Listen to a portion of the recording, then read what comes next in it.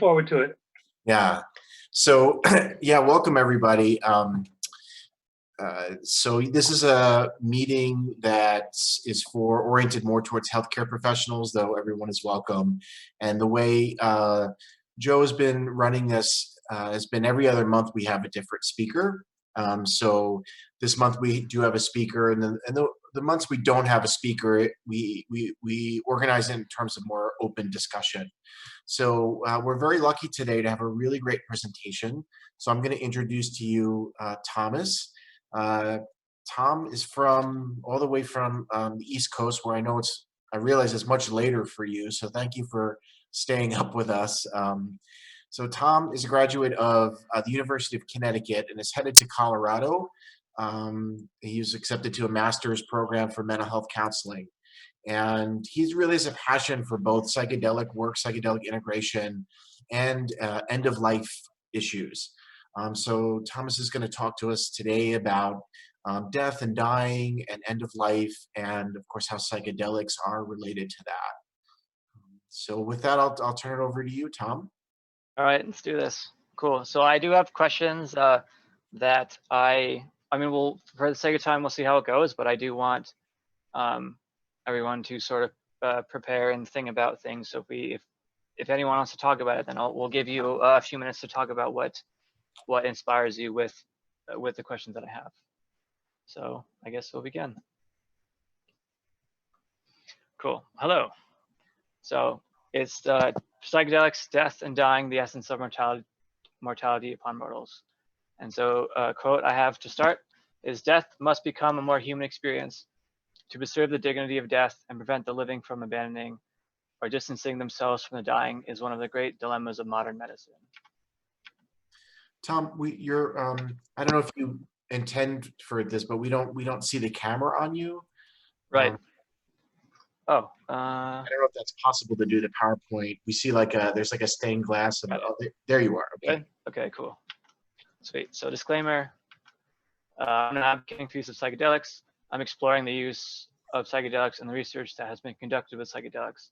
This is purely an informative discussion, and links to all sources and pictures are at the very end. So I'd like to share at the beginning, there are other ways to define death and dying instead of the traditional end of existence or end of bodily function. So with that said, death, a permanent cessation of all vital functions, the end of life. An instance of dying, a disease causing many deaths. The stage of being no longer alive, the state of being dead. The cause or occasion of loss of life, drinking was the death of him. Beyond endurance, bored to death. The cause of ruin, the slander that was death to my character. Dying. Approaching death, a dying man. Gradual ceasing to be, the dying day. Having reached an advanced or ultimate stage of decay or disuse, a dying tradition. What defines life? There are other ways to define life. There is an essence of life that encapsulates the physical body or manifestation of matter, but that's not the only definition. Life is also the interaction of spirit and the energy we feel. The period from birth to death. The period of duration, usefulness, or popularity of something. The expected life of the batteries. Spirit, animation, saw no life in her dancing. An opportunity for continued viability, giving the patient a new life. Something resembling animate life, a grant saved the project's life. The form or pattern of something existing in reality, painted from life. So how do you define death? What does it mean to die? Death can be experienced in many ways. It does not have to be physical. Spiritual death. Spiritual death is what dies are all our illusions and delusions about who we are and how things really are. Ego death. Ego death, simply put, it is a dying of the sense of self, of individuality, or of that which I conceive myself to be as perhaps different than what I am. It is the dying of the conceptualized sense of self. Emotional death and dissociation. Dissociation is a psychological experience in which people feel disconnected from their sensory experiences, sense of self, or personal history. The importance of passively dying. Passively dying is a disassociation or general disconnect with a person and their internal and external world. It can be described as depression, but it can also exist after a traumatic event. I suffered dying passively, and it stopped me from living my full potential. Working on this presentation, even though I'm nervous, showed me who I really am. So even if a client are not actively dying, they might show signs of passively dying. Clients are not living to their full potential. They might be on autopilot or experiencing lack of passion. Psychedelics can offer the chance for a person to remember who they are. And so now I have a couple of questions for you all. So I'm posing these questions because I want you to understand and contemplate your own mortality, because it is finite. Death is a true absolute, and it is unavoidable and inescapable. So I want you to take control and really ponder your present and future. So I'm afraid of nothingness, the end of everything. I'm afraid of abandoning the people who depend on me. I'm afraid of making those who love me unhappy. I'm afraid of not having time to make amends for all my sins of commission and omission. I'm afraid that death will be the end of feeling and thinking. So I want to pose the question on to you. If there's anyone who really feels strongly about one of these answers, then please share. If not, I will continue. Yeah, I'd just like to say that when I contemplate not existing, which is how I've contemplated about death, it's disturbing. I mean, it's if all the other stuff I can pretty much manage, but that sense of the end of feeling and thinking, right? I mean, the only thing that I can use is some of my psychedelic experiences to have some assurance that something continues, that there is a great universe out there and I'm part of it, and that maybe my consciousness won't be the same, but that I will exist in some fashion, even if it's only scattered molecules. Yes. Yeah. Thank you for sharing. And a main psychedelic experience a lot of people have is that they experience themselves dying, and they feel themselves emerging into this interconnected consciousness. So that's why I thought it'd be interesting to talk about it, because psychedelics and death are very they're always together, but sometimes might not be realized or experienced until you have that experience. So I appreciate you for sharing. Thank you. Yeah, I had somebody who, just one other thing, I had somebody who asked me, why would you want to do something that would cause an ego death? Right. And my retort was, because in losing yourself, you gain the universe. Exactly. Beautiful. Thank you. So, death in different cultures. Kriya. Kriyas tend to have ashes of a loved one refined and turned to colorful beads. If not worn, they would usually be on display at a home. Ghana. Funerals hold important standing in the community, and the service is classed up to a week or more. Coffins are viewed as time capsules, which are decorated to show off past interests of the person. So what would your coffin look according to this culture? So I wanted to pose that question to you. Mexico.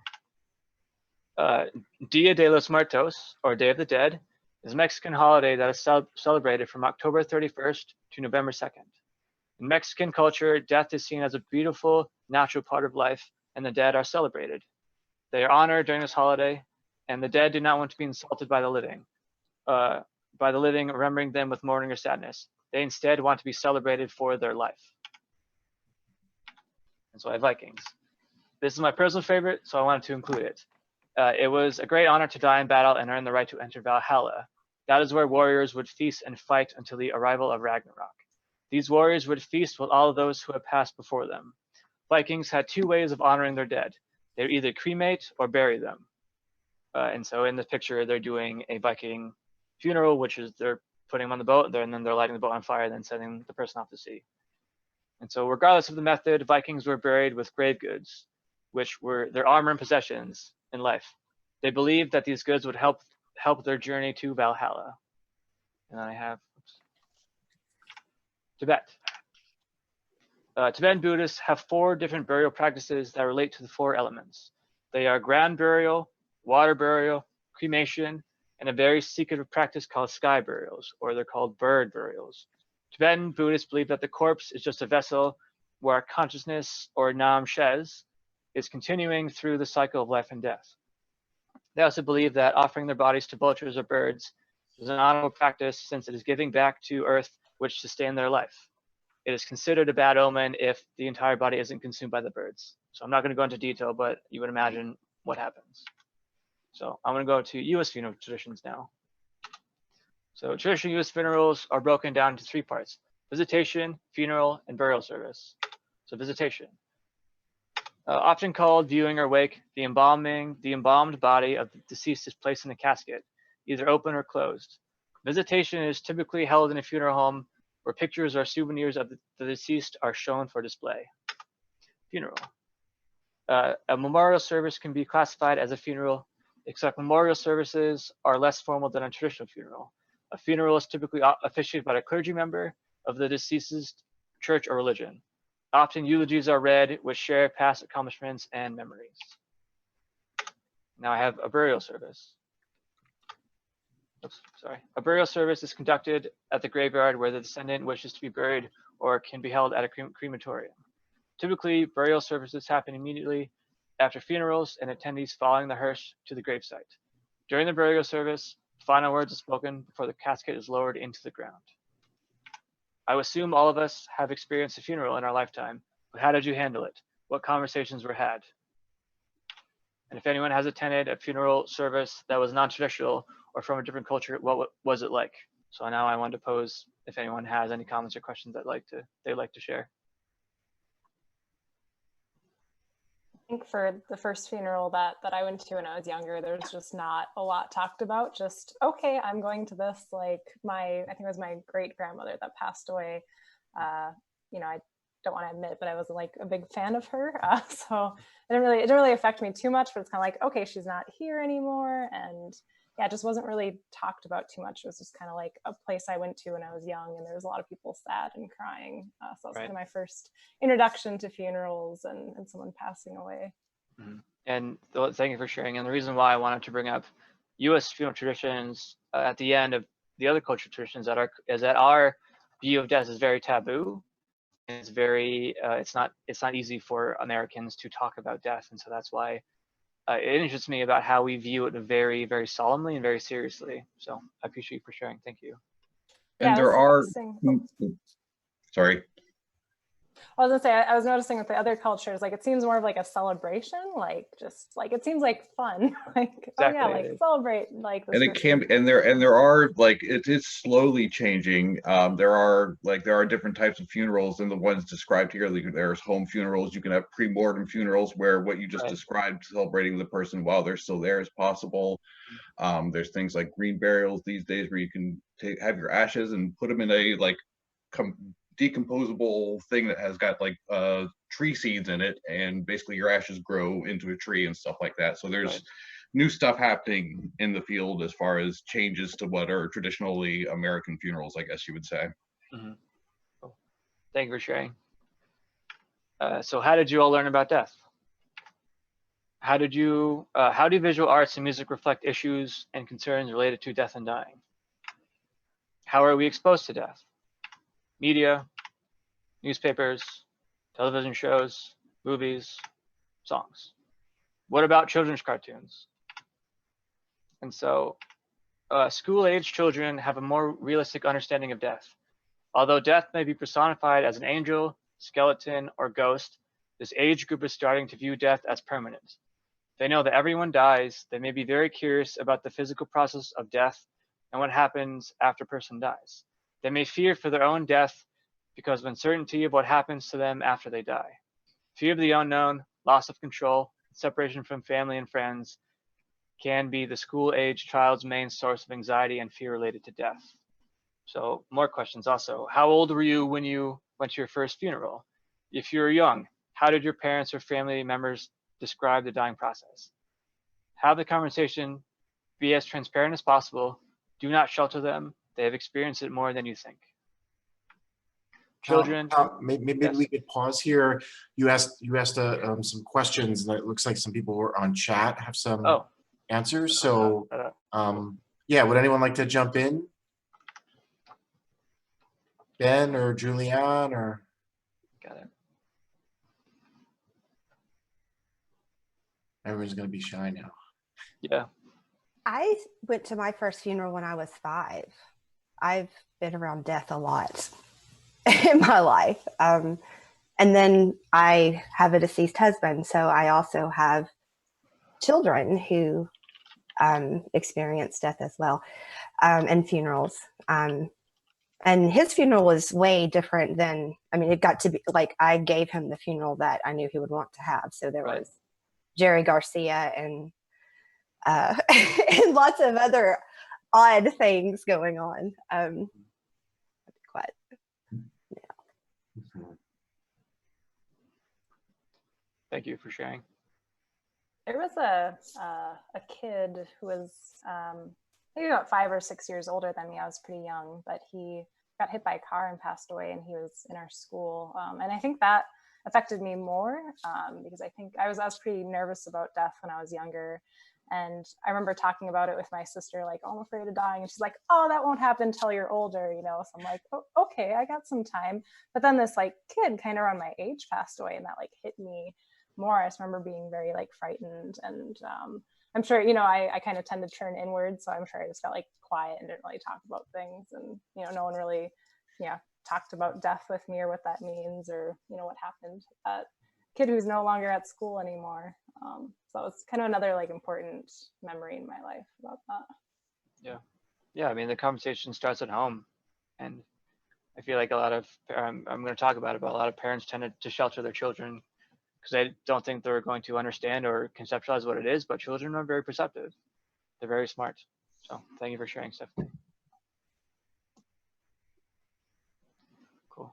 No one has any further comments. I'm going to continue if that's okay. Good. Okay. So children and death. Canadian researchers conducted a study to assess the risk of on-screen death of important characters in children's animated films versus dramatic films for adults. Their findings were shocking, and children should not be introduced to such traumatic events. Important characters in children's animated films were at increased risk of death compared with characters in dramatic films for adults. Rather than being the innocuous form of entertainment they are assumed to be, children's animated films are rife with on-screen death and murder.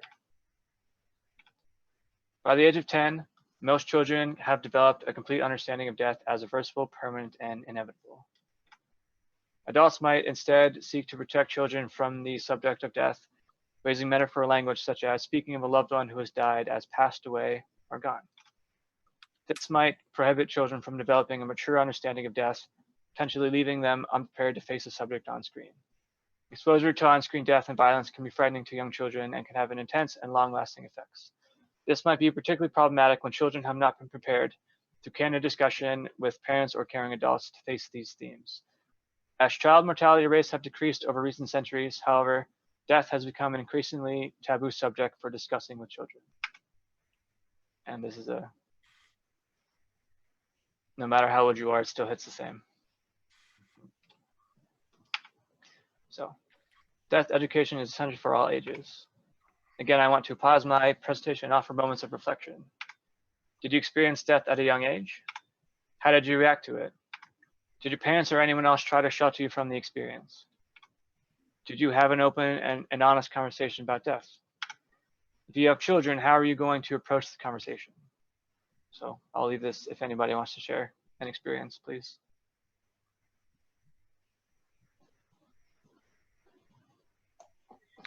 Yeah, well, my mother passed away when I was in high school, and my family, or my dad, I guess, and like other folks was not in a good place, I guess, himself to help us through it, and it did negatively impact me.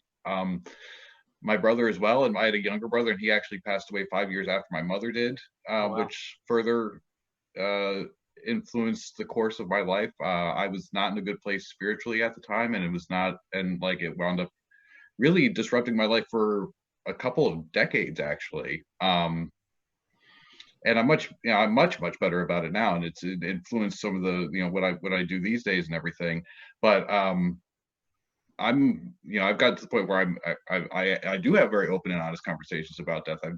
I've become a death doula in the last 6 months Right. And that's kind of why I was invited here, I think, among other things. But yeah, it's an interesting.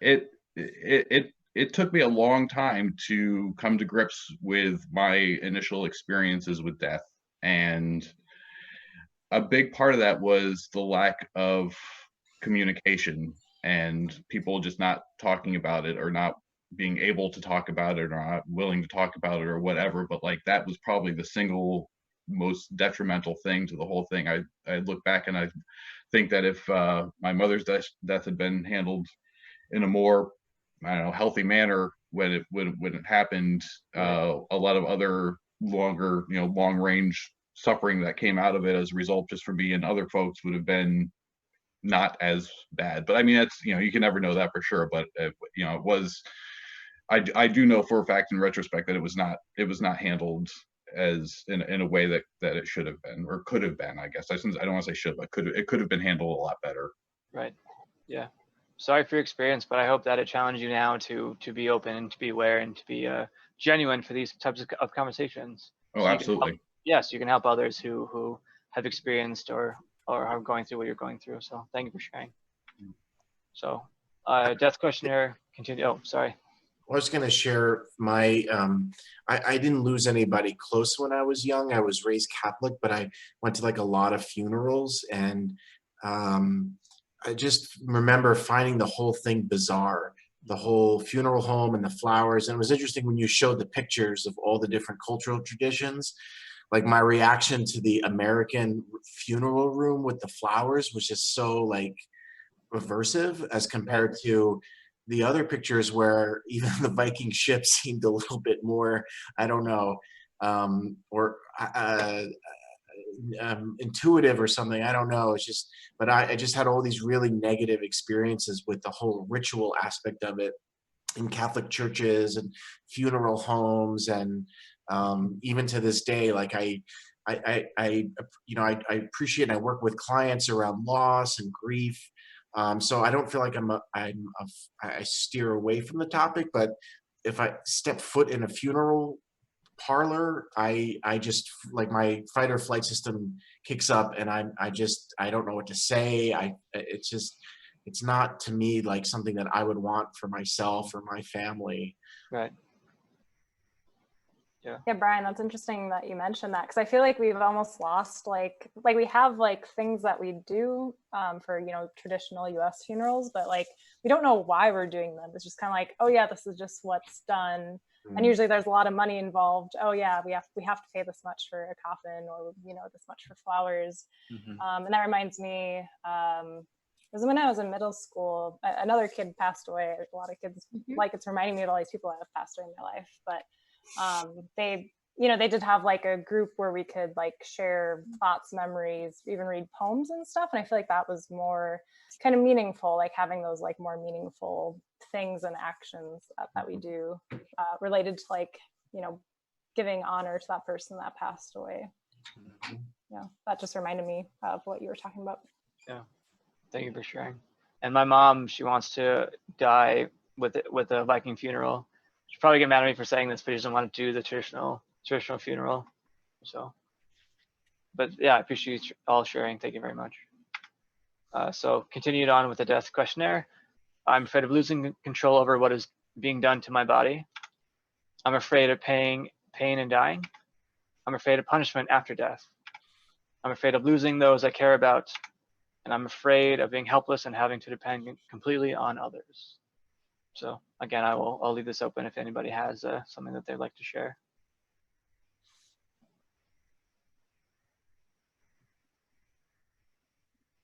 It occurs to me that it's difficult to talk about death if you don't have some religious framework from which to approach it. You need a storyline, or we need a storyline, or it's more difficult without a storyline as to what happens when you die. And it strikes me that the psychedelic experience, with its loss of the ego and joining with the universal, that's a useful storyline. Oh, no. That's great. Oh, Paul, nice.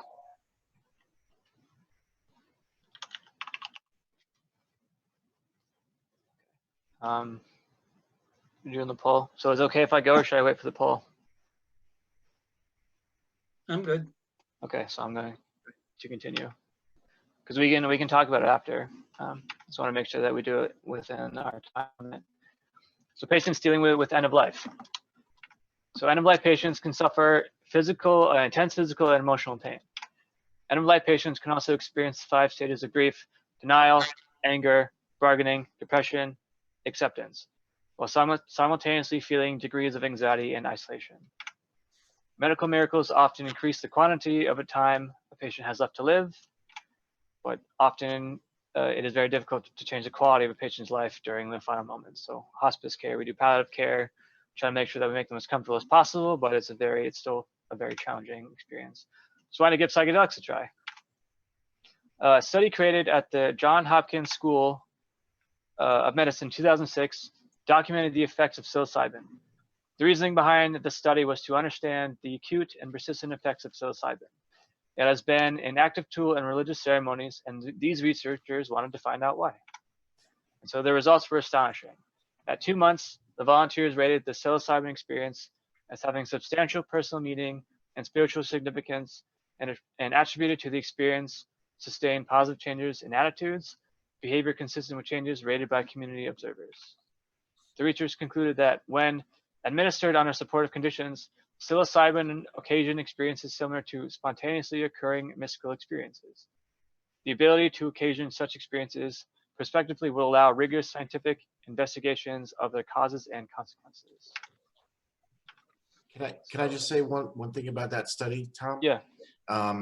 If folks aren't familiar with that study, I really recommend taking a closer look at it. It really was a landmark study in the 2000s, where not only was it one of the first psychedelic studies to be conducted in decades, but it was with healthy volunteers.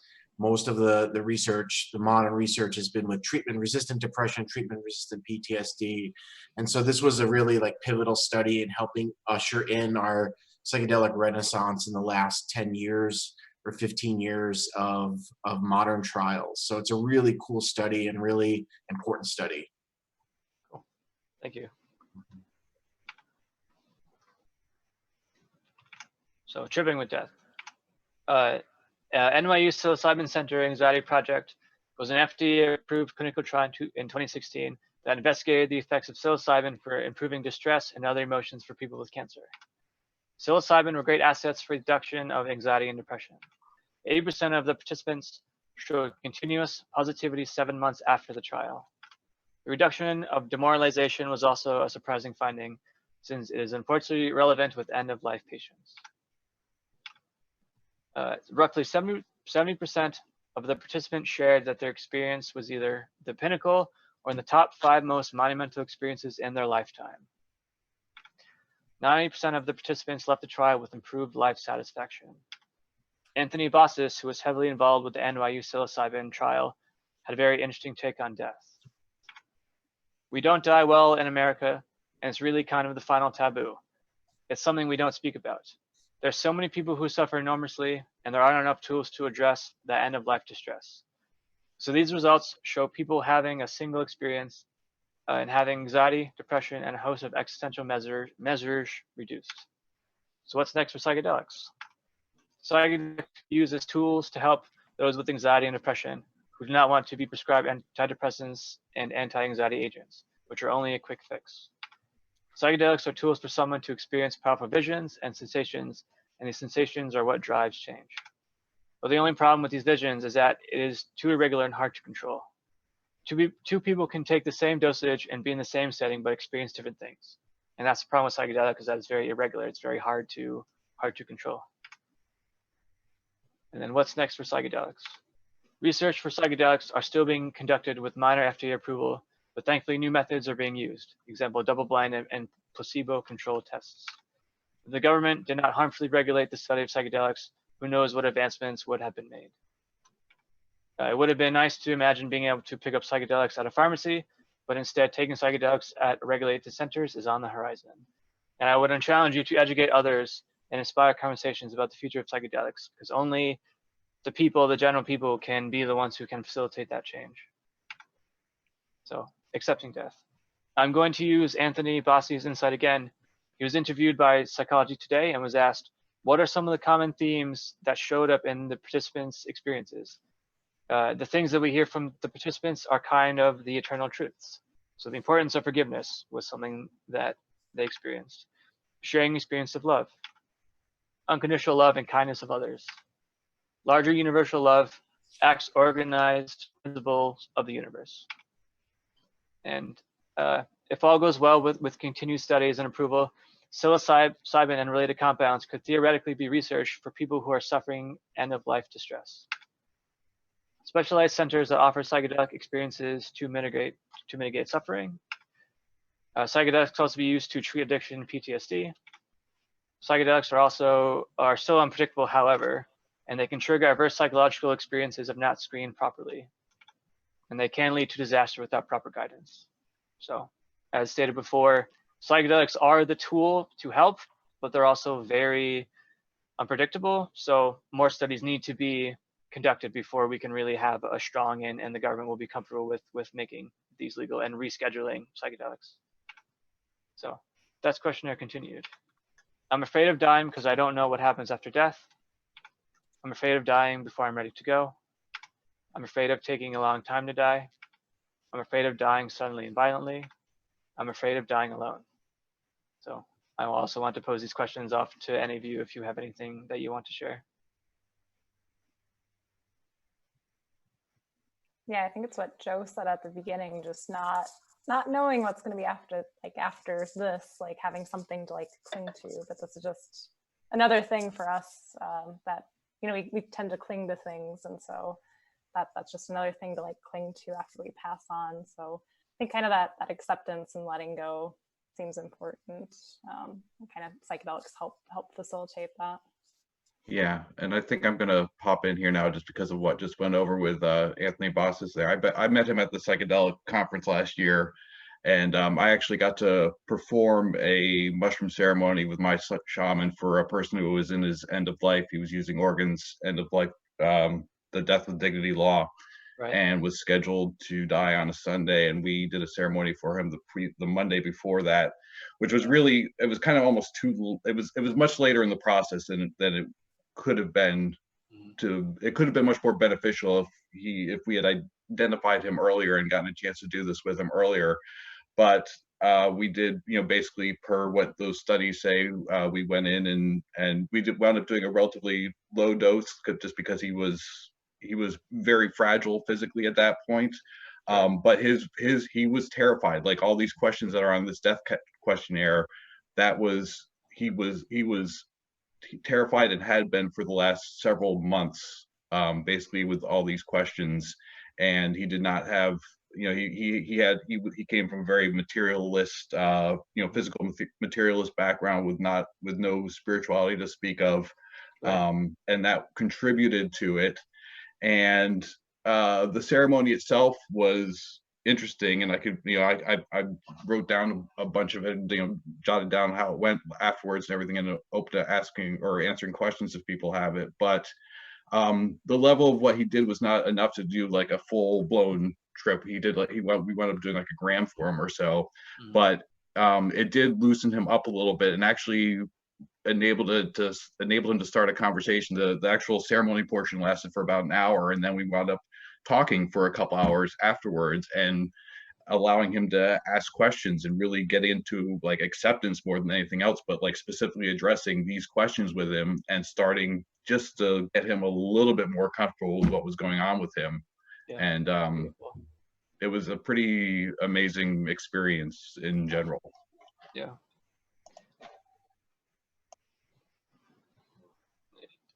And as I go forward with life, I hope to do that. I really want to do psychedelics and have these conversations with people who are at the end of their life. So I'm really amazed and I'm really jealous that you were able to have that experience, because it must have been transformative for you also. I consider myself very fortunate to have done it. The shaman that I did it with, we both recognized that we had the opportunity to be doing something very special, and it was probably the single most amazing thing that I've ever been involved in. That's so awesome. Thank you for sharing. I appreciate that. Welcome. Does anybody have any other questions, comments? I mean, just thinking, yeah, about what Anthony said about how we don't take death well in this culture. And it doesn't even have to be like, we don't have to have these conversations when we find out, oh, I only have a month left to live, or 6 months. Like, we can have these conversations now, thinking about death now. And I like what Daniel said, like, people are kind of tailoring their, kind of planning their funeral out more, kind of how they want to die, but even just, thinking about these questions, and yeah, that will eventually die, and having more of a conversation about it. Yeah, I think there's a little bit more, like, it seems like it's more in the media now, like there's kind of more books. I think there's one book called like The Art of Dying Well. That one was kind of popular. And then Atul Gawande wrote a book called Being Mortal, which kind of talks about how the end of life is in hospitals and medical culture as well. So I think it's kind of getting there, but it'll be interesting to see like how that psychedelics fit in with the conversation as well. Right, definitely. Yeah. I mean, it's a spiritual awakening, conscious awakening. So as you said, people are starting to have the conversation. So as the time progresses, then we'll really see if the mainstream will accept it. So thank you for sharing. And Ben McGregor asked reincarnation, and yeah, and that's the first question. And Joe talked about it before, is that a lot of people who have these religions have a lot more faith because they know what's going to happen after they die, and so they can have that peace. And so the Buddhist is the reincarnation, so they believe that they can come back. So it's a very safe sensation to have, knowing that there is something after death. So thank you, everyone. I'm going to continue, but this is my last slide. So this is the end of my presentation, but this is the beginning of your future. I do not know what the future will hold, but I challenge each one of you to take every day as a blessing. If you have lingering thoughts, explore them. Do not hold yourself back from anything. Today is the first day to the rest of your life. Thank you for your time. And then I have my sources here, which I can share at the very end. But that's it. So thank you. Great, thank you, Thomas.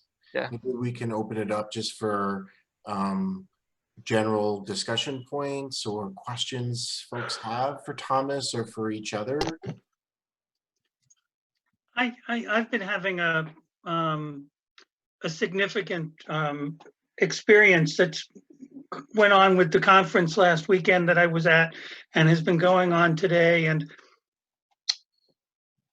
I don't know whether it's my age, I'm 73, and, I have lots of health problems. And so death feels closer to me, but I'm frustrated with people who, like yourself, Thomas, please forgive me. I mean, this has been wonderful, and I really appreciate everything you did. But I think it's time for guerrilla warfare. I mean, we can't do double-blind studies with psychedelics. It just doesn't work. Everybody knows when somebody's tripping and when they're not. I mean, there just aren't good measures. Plus, when you're dealing with plant medicine, you're dealing with unknown amount. You're dealing with imprecise dosages, and science can't tolerate either one of those things. And so for us to be looking to science to bring us forward, I think is a mistake. I think it'll be another 20 years. Like Rick Doblin's been working for 20 years to get MDMA reclassified, and it's, I mean, to me, I just get tremendously frustrated, and I frankly have no interest in doing it legally. For instance, I found that if you are careful about setting up the questions, the expectations that the person has before tripping, it's amazing how often what they ask for happens. I mean, it's just amazing, So I mean, and that's not something that science is going to ever catch up to, as far as I'm concerned. So I mean, what I would like to talk about is, how do we do guerrilla warfare here? How do we make this happen now? Because there's tons of people who are in hospice and are facing dying, and they're never going to get the benefits. Yeah. I'll shut up. decriminalize nature. But as Thomas was saying too, like, you know, like it's beneficial to have that support there. So making sure that people do have that support where they can kind of ask these questions, be put in that headspace, kind of be, yeah, I think that's important too. So kind of finding that balance. But I agree, yeah, some people don't have time for all these clinical trials. That's sad. Yeah, I think something that I was thinking about is if you could sort of register as like a professional sitter, because someone who's on psychedelic experiences will know and will be able to understand what someone's going through. So just having a general person off the street, I don't think they will really understand, but someone who is a psychonaut. But I don't know in the psychedelic community if there's a way to really like challenge that or to really test that, to make that a thing. But I really think that is the best way to go with the guerrilla approach, Joseph. Having people who do psychedelics and understand how they are to facilitate those conversations. So that's what I've been thinking about. If anything's going to happen, it's going to have to include the bozos. It's going to have to include people who don't know what they're doing. I mean, trying to set up any structure that keeps it safe isn't going to work. It's going to take another 20 years to make that happen, you know. So I'm okay with it being the Wild West. I'm okay with some people not getting good counsel and having difficult experiences, because most of it, I believe, will be good, will be with reasonably competent people. And yeah, I just think now is the time to move forward. And I'm a little frustrated because most of the people who we know are facing imminent death are working with some kind of institution, and that would be the way we would get into to work with them. But there's no institution that's willing to break the law. So it feels to me really frustrating of how do I get my services known to people who need it. And it's a frustrating conundrum. Right, because because one of the things that I do as a death doula is plant medicine stuff like that, but I can't exactly advertise that as in ways that would be particularly effective. I can't put that on my website or anything like that for obvious reasons. Abusing old people and turning them into drug addicts. Shame on you. I'm a bad person. Yeah. It's also the conversation of cost too, because I mean, do you want insurance companies to get involved with this type of thing? Because I don't know how affordable it will be. So insurance costs. So I personally work on a sliding. I'm sorry. Go ahead. No, I was saying that like insurance companies now are very difficult to work with. So I can't even imagine what it would be like with psychedelics. I wouldn't even consider working with. I have a high enough sliding scale that I can go down to zero with anybody who needs it, and I'm paid well enough by the people who have money and so I just work on a sliding scale and we figure it out. And it's it's $800 at the top end and zero at the bottom end. I'd like to chime in a little. Hi, everybody. My name's Troy. I'm in Eugene, and I'm an RN. I've been a hospice caregiver since I was 18 years old. For those who are wondering how to sort of get the word out about their alternative services, you kind of have to, my suggestion or recommendation would be to look at similar enough offerings. I believe, Daniel, you were talking about how you work with plant medicines. Well, there are a lot of legal plant medicines. And so you could actually say, I work with plant medicines like Bobensana or hawthorn or cacao, or any of the ceremonial types of things that would be sort of way showers of a certain mindset that might indicate people could talk to you about broader subjects. So I would recommend that. And I learned that from the hard way because I work with Cambo, which is an Amazonian frog medicine, which people hear frog and they immediately go to the toad and DMT. And so I've had to talk, a lot of people will come at me with some big experience that they've had with toad or DMT, and I'll have to be like, that's not what I do. What I do is 100% legal, non-hallucinogenic, you know. But people have these associations that are really natural. So that might be one way to overcome the hump for now.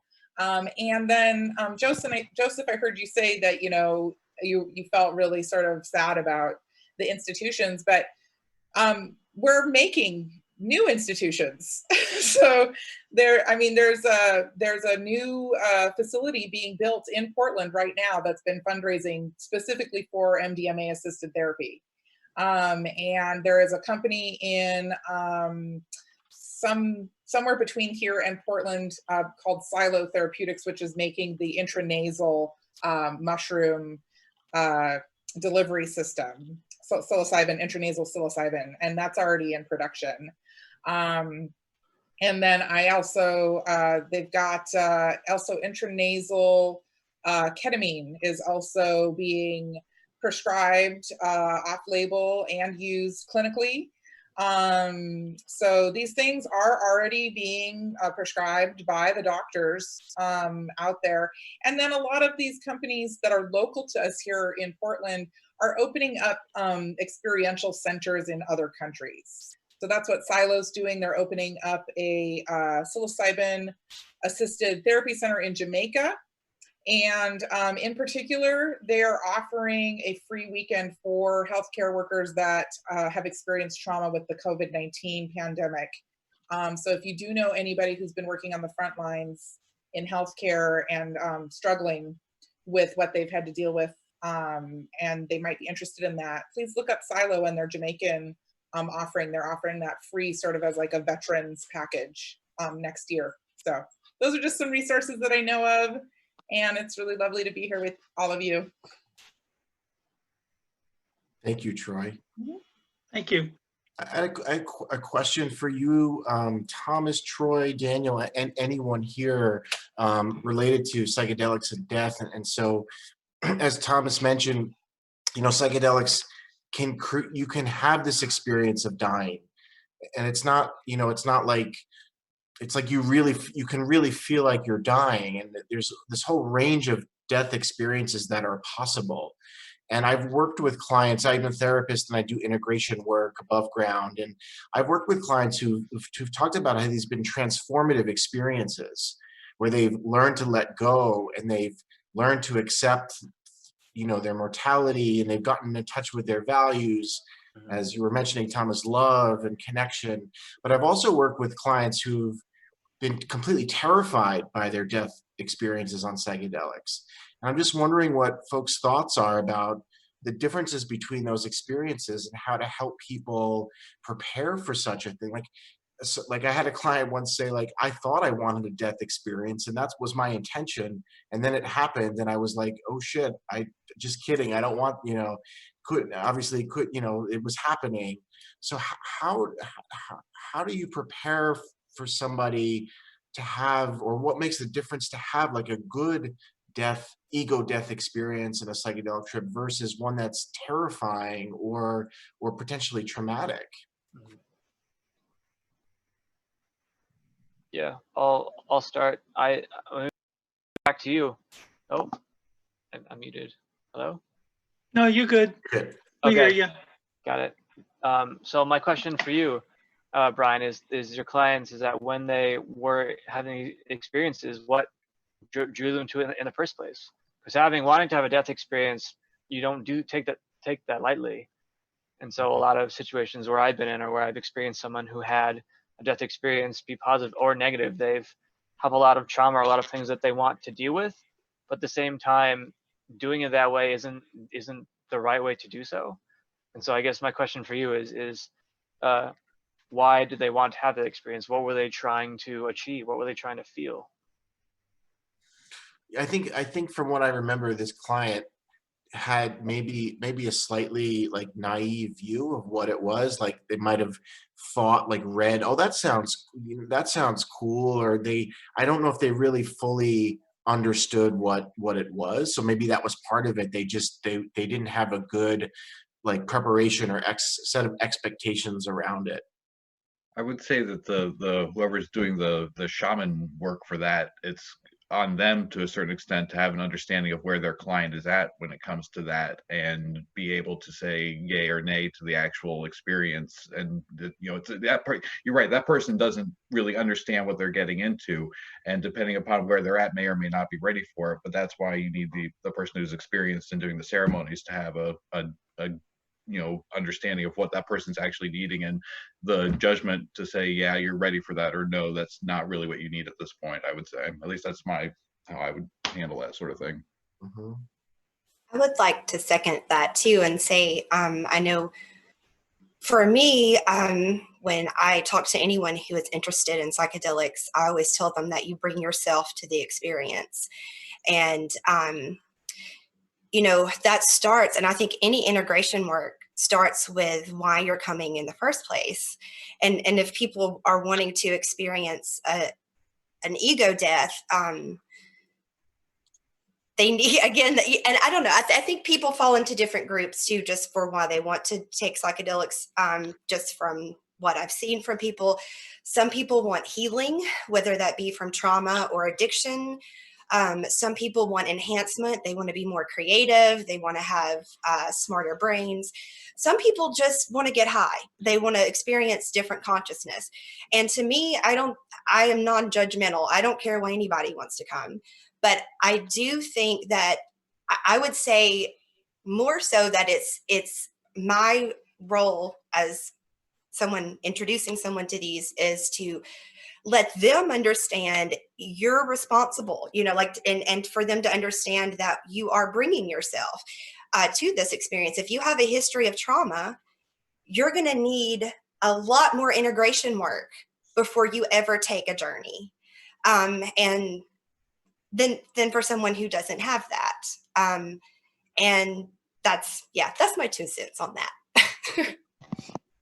And that's why I wanted to add in my presentation is that psychedelics are too unpredictable.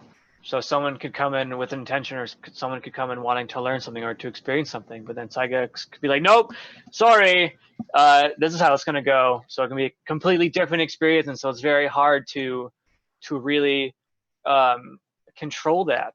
And so with what you're saying is the person needs to just be able to accept or to experience whatever they're going to experience, because psychedelics will show them what they need to experience. But yeah, you get the trip you need, not the trip you want necessarily.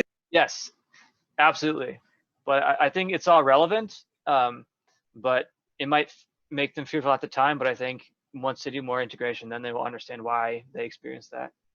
Because I mean, psychedelics, they pull the subconscious. So things that you're hiding and things that you're trying to deal with, it will show it to you if you want to experience it or not. So that's why they're so beautiful. Yeah, I may be jinxing myself at this point, but I've had people who've had difficult experiences. I've sat with people who've had difficult experiences, sobbing for 4 hours nonstop. I mean, sobbing for 4 hours, and things similar. But I've never had anybody say they were sorry, you know, that the experience was worse than they expected, or that you know, that they were sorry they did it.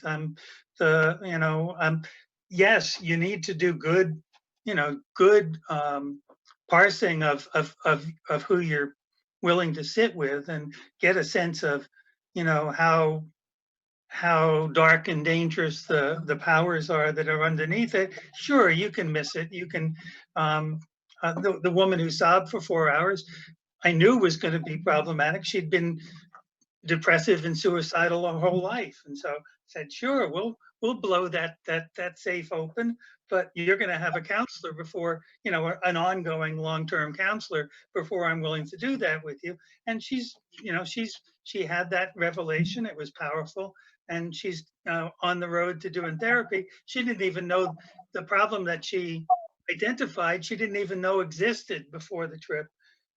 So yeah, I mean, it seems like you could turn everything into a learning experience that you can move on from, And generally speaking, the after effects of at least psilocybin are that you're open to it. Your brain is making new connections, and it's a very fertile time for doing good work. So yeah, I'm not as concerned about. I mean, yes, there are definitely people I won't work with, who have, either biological illnesses that, or I understand them as biological illnesses that get in the way. But with some good vetting, it seems actually it doesn't seem dangerous to me at all. And maybe I'm naive. I don't know. Hi, could I go ahead and share now? Please. Thank you. Just a short background. I've been in the medical field as a radiology technologist and a CT CAT scan technologist for 25 years. And what has disturbed me the most about this pandemic is how it's being handled. I feel like I have prepared my entire life for this. The pandemic, not the how it was handled by our government and by our hospital systems. So I'm feeling I'm at an existential crisis for continuing to work in this field, and I'll leave it at that, because everything is really obvious what I would say about the greed and so forth. But I'm totally on board with Joseph. I totally agree with you about kamikaze style. For some people, a life-altering experience is the last thing for them to help them. That, there are people out there, and I'm the one that made the comments about the veterans. There are people out there that have tried everything, and death is not imminent in that they're not elderly or they're not terminally sick, but death is imminent because of their PTSD and so forth. And they have no other alternatives. It's the last medicine left in the medicine cabinet. So they can't wait. They can't wait for FDA approval, insurance approval, and I can go on and on about how I feel about insurance and for-profit systems right now, but that would be beating a dead dog. I'm sure a lot of people agree that there has to be a fundamental change in our society. And I think that right now, what is available that's not total kamikaze, in that people are able to go to the ayahuasca churches, some of them here in California, and they are somewhat above ground. But is that the best medicine for someone like that? So what choices do you have left but to procure those medicines that may be the best medicine for that individual, and do what you got to do? And I can tell you there is an element of danger. A lot of these veterans, they were trained to kill. That's it. That is their vocation in life. So I do know that there is a ayahuasca church in Orlando that specifically sits with veterans, and I think that's great. I think it's wonderful, and we should have more of it. But the only way that these medicines, these plant medicines, are getting to these people is under the guise of a religious organization, religious freedom. So I'm all about, in the old days when I got sober and got clean, we did interventions. And I don't mean an intervention that a person agreed to. We did forced interventions because that was the only thing left to save someone. And I'm feeling that now, you know, if that's what's the only tool left in the toolbox, I agree with it. And that's all. Thanks. Thank you for sharing that, Julianne. I'm wondering if there's any. I know Zoom can be kind of hard to jump in if you're not used to this. So I'm wondering if there's anyone else we haven't heard from that would also like to share anything, whether it's in response to what's been said or something new. Maybe give a little space for somebody to.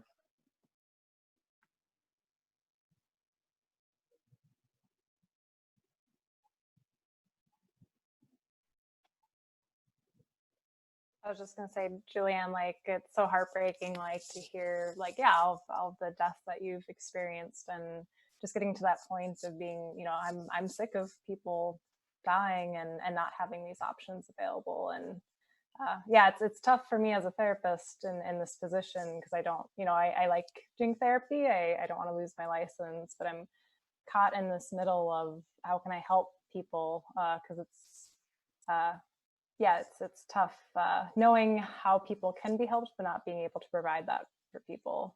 So just kind of hoping people can kind of find that on their own, and assisting in whatever way that I can as a therapist, and still be able to keep my license as well. So that's kind of where I'm at.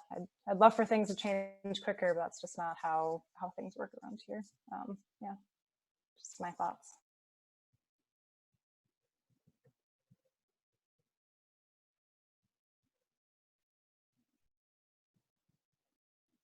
Anyone else?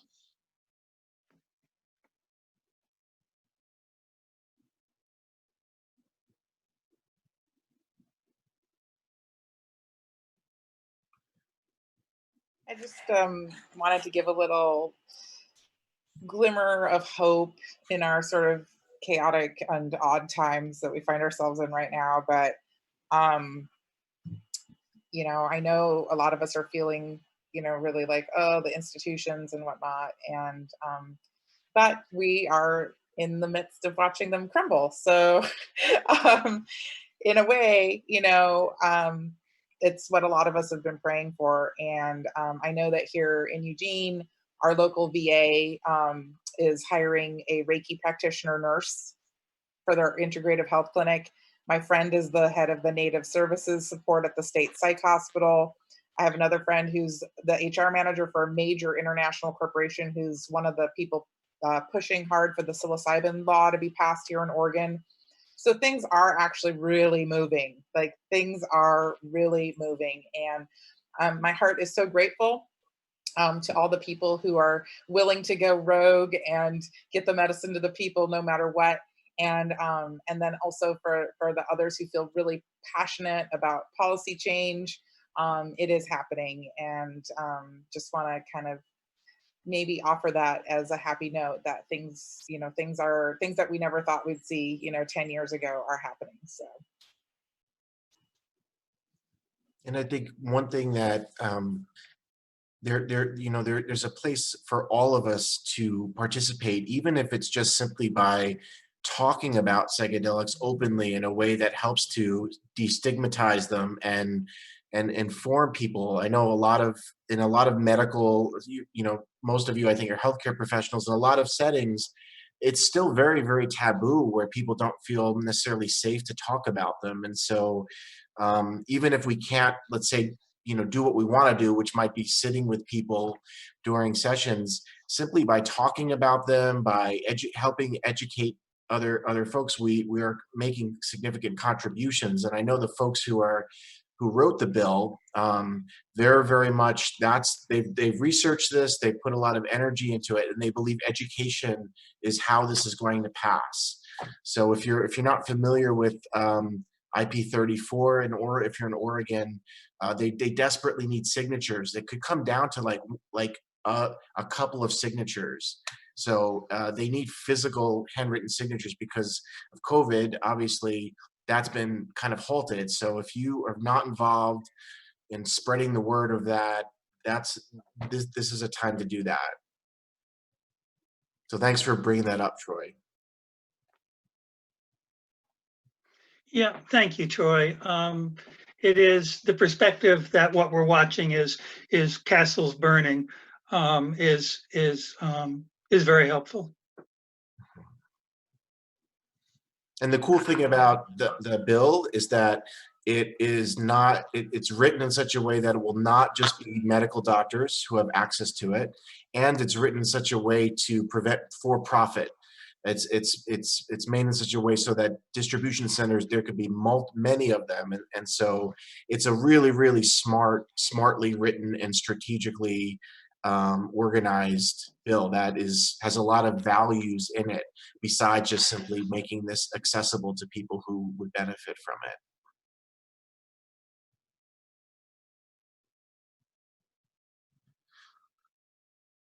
So I know this is the time in Zoom land when people start to kind of peter out. It's been an hour and 15 minutes.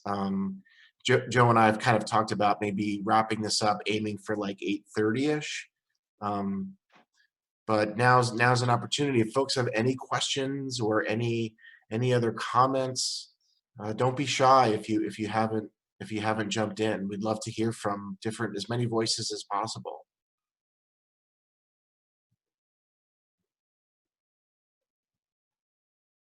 I guess I'll share. Thank you. Yeah. So I'm sorry I came onto the call late, but I've been listening for the last 15, 20 minutes without the video. I'm in Corvallis, and I have been living in New York and coming out to Oregon about every other month to do ceremony with a couple of people up in Portland. And as a consumer of psychedelics, and really recently, this is all just in the last year and a half, I'd like to give some feedback about my experiences and kind of where I feel like as a consumer, I would love to see things go in the future. So I first found out about MDMA for PTSD survivors. I have complex PTSD as a result of longstanding childhood trauma. And so I applied to a couple of the clinical trials.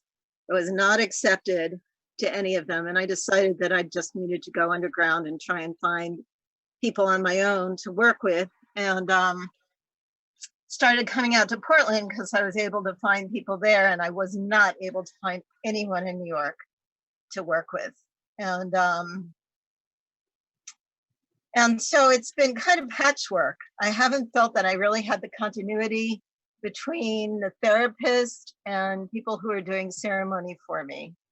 And still feeling sort of that way. I've done 3 MDMA sessions, 1 session with the long form MDMA. I don't remember what it's called. It's like 3M or something. It was like an 8-hour long session, and 2 ayahuasca journeys. And although I've had like amazing, incredible, profound insights that have really helped me in my sort of existential despair, I find that I'm still really dealing with a whole lot of like body-based and kind of behavioral issues, long-standing behavioral issues. So I guess what I'm hoping for myself, and maybe for other people who might have come late to psychedelics, particularly in the therapeutic context, is a lot more follow through, because I feel like I'm still kind of out there on my own, trying to figure this out, trying to talk to the right people, or really happy to find you guys. Yeah, that would just be such an amazing gift. And I understand that right now it's kind of underground and it needs to be. But when I was in New York, I was so incredibly frustrated that I could not find anybody to talk to. So I'm really happy that I'm back here in Oregon, where it seems like there's a lot more conversation and a lot more openness. Anyhow, yeah, that's my 2 cents. Thank you for that. I just need to, I don't want to save Brian from tooting his own horn. You know, there are professionals who do that, just what you're asking, who, you know, licensed people, competent people who are willing to do integration work to follow up on that. And I completely agree with you, especially with something like complex PTSD, that you absolutely need follow up and support. You know, and feel free to, I'll put my email address on, and feel free to contact me for discussion about who you might see. But there's Brian right there who's doing that work. Thanks, Joe. There's a lot of folks doing the work, and actually one thing I'll mention is a couple of websites people can go to. So one is Psychedelic Support.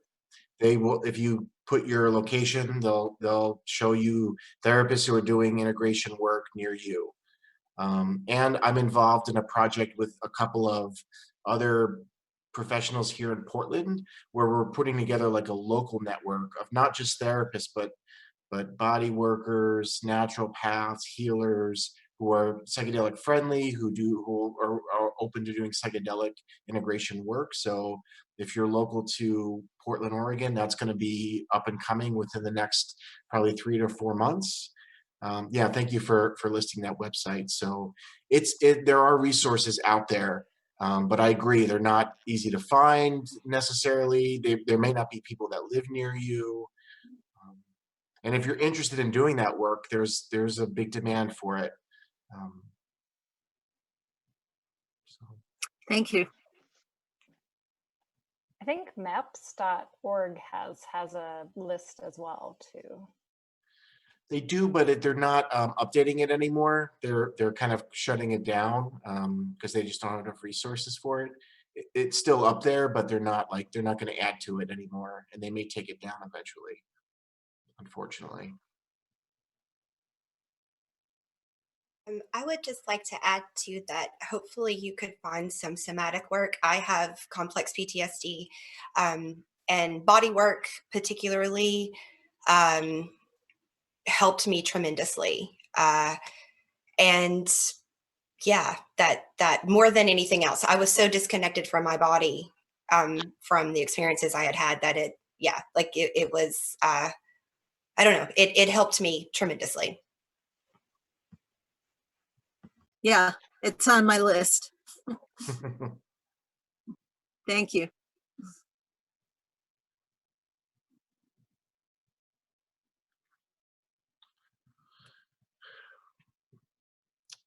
Any other thoughts or questions? Anyone else want to share anything?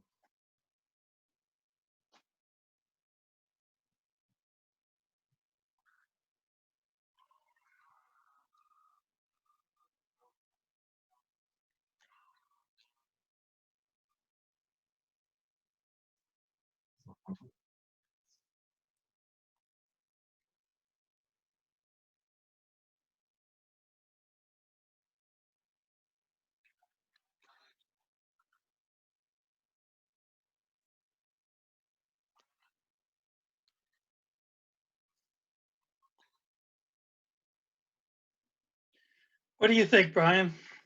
I'd be in favor of keeping it online.